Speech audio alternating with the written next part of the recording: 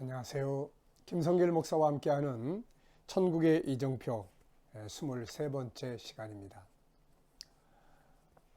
그동안 다니엘서를 우리가 쭉 정리를 해왔습니다.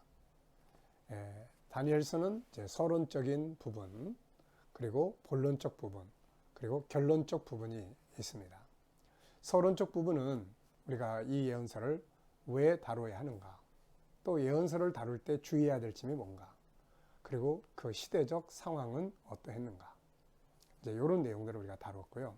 본론에 들어와서는 다니엘서는 총 12장으로 되어 있는데 그 중에서 천국의 이정표를 정리하고 있는, 시대를 다루고 있는 내용은 바로 7장입니다. 그래서 다니엘서 2장, 7장, 8장, 9장, 10장에서 12장까지의 내용입니다.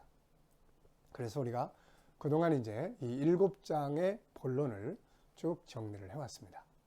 다시 한번 이제 각 장의 제목만 한번 살펴본다면 2장은 전 세계 역사를 중심으로 한 천국의 이정표. 그 다음에 이제 7장은 마지막 때에 나타나는 적그리스도를 중심으로 한 천국의 이정표. 그리고 8장은 이제 구약에 등장하는 적그리스도, 안티오코스 에피파네스죠. 적그리스도와 예루살렘 성전의 관계. 그건 구약의 마지막 때에 이루어진 일들이죠. 그리고 이제 9장은 예루살렘 성전을 중심으로 한 천국의 이정표. 그리고 이제 10장, 11장, 12장은 큰 전쟁을 중심으로 한 천국의 이정표. 마지막 때에 되어질 모든 일들의 무대는 바로 이 전쟁을 통해서 이루어질 것이다. 그래서 남북 전쟁 이후 마지막 무대가 만들어지게 된다. 이렇게 이제 정리를 하고 있죠. 자, 그러면 이제 우리가 이 모든 상황들, 마지막 때 상황, 세계가 넷으로 이루어지고 또 그 다음에 적그리스도가 등장하고 남북 전쟁이 있고 새로운 또 시대 마지막 무대가 만들어지는 그런 현실들, 뭐 성전 건축과 이런 모든 마지막 때의 상황들이 벌어지는 그 시대의 사회 상황, 다른 것들은 어떠한가? 지금까지 우리는 역사적 관점에서 살펴봤어요. 역사적, 세계 역사적 관점에서 살펴봤는데, 그렇다면은 이런 역사적 사건들이 벌어지는 그 시대에 우리들의 상태는, 사회적 상황은 어떤가? 과학은 어떠한가? 인간성은 어떠한가? 이런 것들을 성경이 또 정리를 해주고 있습니다. 그래서 이제 본론 부분을 마치고 이 시간부터 이제 앞으로 남은 몇 시간은 결론적인 부분을 다루도록 하겠습니다. 먼저 그 결론적 부분은 이렇게 이제 크게 세 부분으로 정리를 하겠습니다. 자, 우선 마지막 때의 사회적 상황, 그 다음에 두 번째는 마지막 사건에 대한 복습과 정리. 요게 이제 이 12장 결론은 12장 4절부터 13절까지입니다. 그래서 이 부분을 이제 다시 복습해 주고 있어요. 다니엘서는 이런 면에서 참 친절한 책입니다.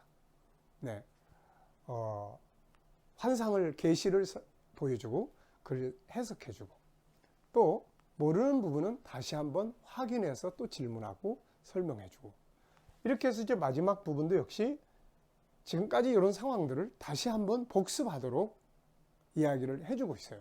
그래서 두 번째는 이제 그 부분을 다루게 되고, 세 번째는 다니엘서 12장 13절입니다.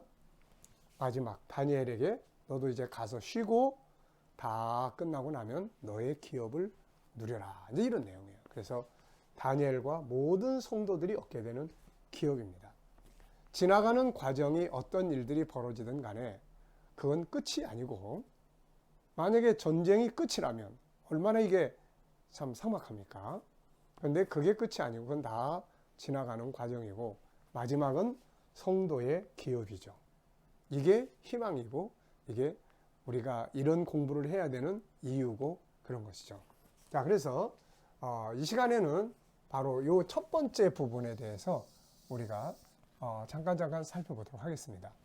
자, 우선은 이렇게 세계가 넷으로 나누어지고 또 로마 제국 이후 시대에 수많은 나라들이 독립해 가고 그리고 예루살렘이 다시 건축될 수 있는 그런 시기가 되고 남북 전쟁이 일어날 수 있는 그런 시기에 과학의 발전이 어떠냐. 요거를 이제 오늘 12장 4절에서 설명을 하고 있습니다. 자, 12장 4절을 한번 우리가 보도록 하겠습니다. 12장 4절에서는 무슨 말씀을 하고 있는지 한번 보도록 하겠습니다.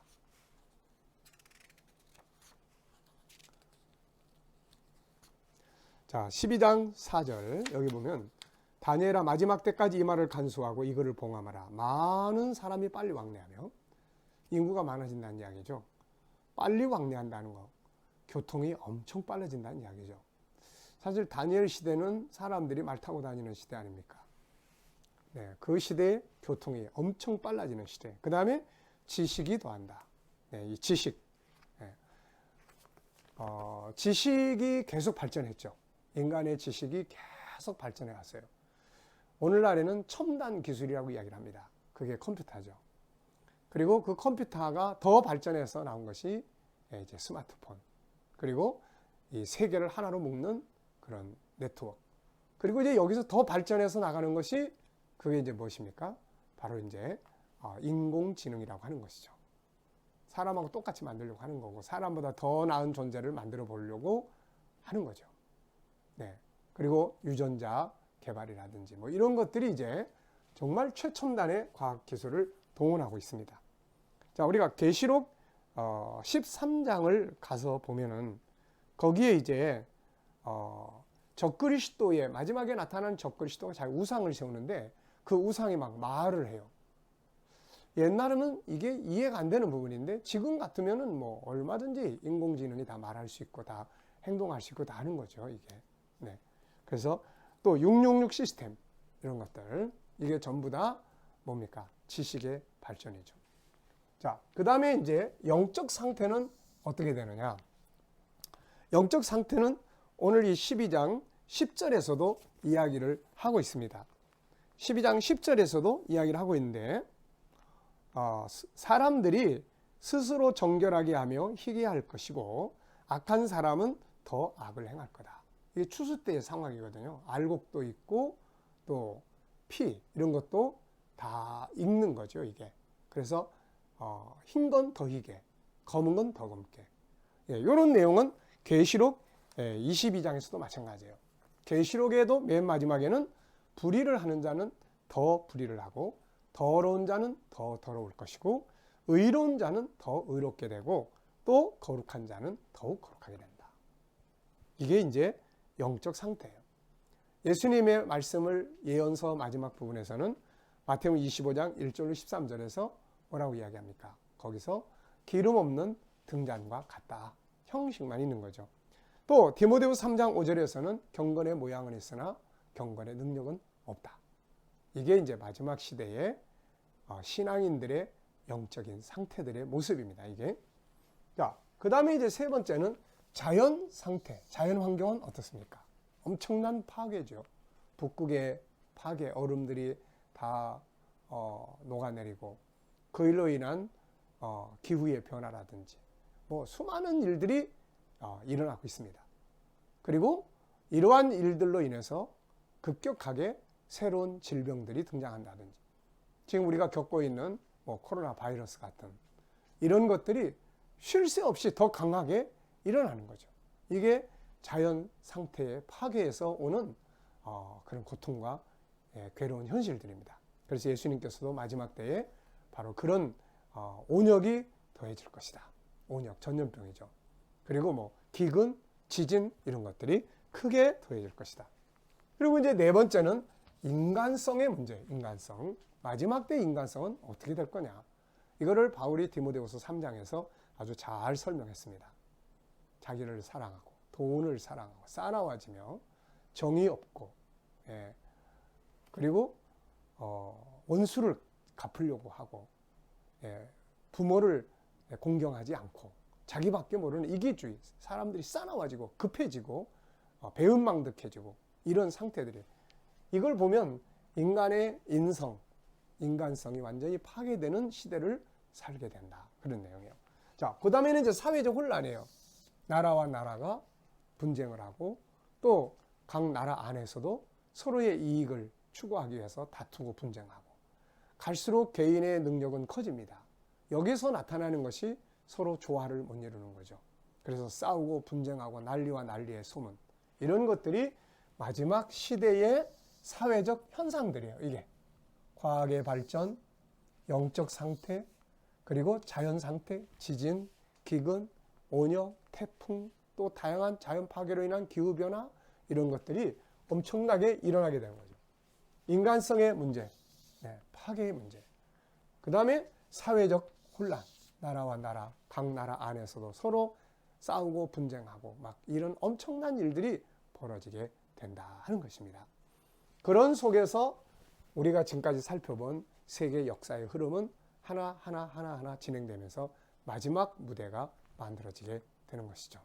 자, 그래서 우리가 지금까지는 역사적 사건들을 쭉 살펴봤고, 이제 그 역사적 사건이 진행되는 과정 속에서 벌어지는 요 이야기들, 사회적 현상들에 대해서 우리가 간단하게 살펴봤습니다. 자, 시대를 바로 분별할 수 있는 지혜의 말씀들이에요. 이런 내용들을 바르게 잘 알고 분별하면 시대를 보면 지금 어느 시대구나. 그러나 항상 예언서를 다룰 때는 성급하지 말라는 거예요. 두고 보면 알게 돼 있어요.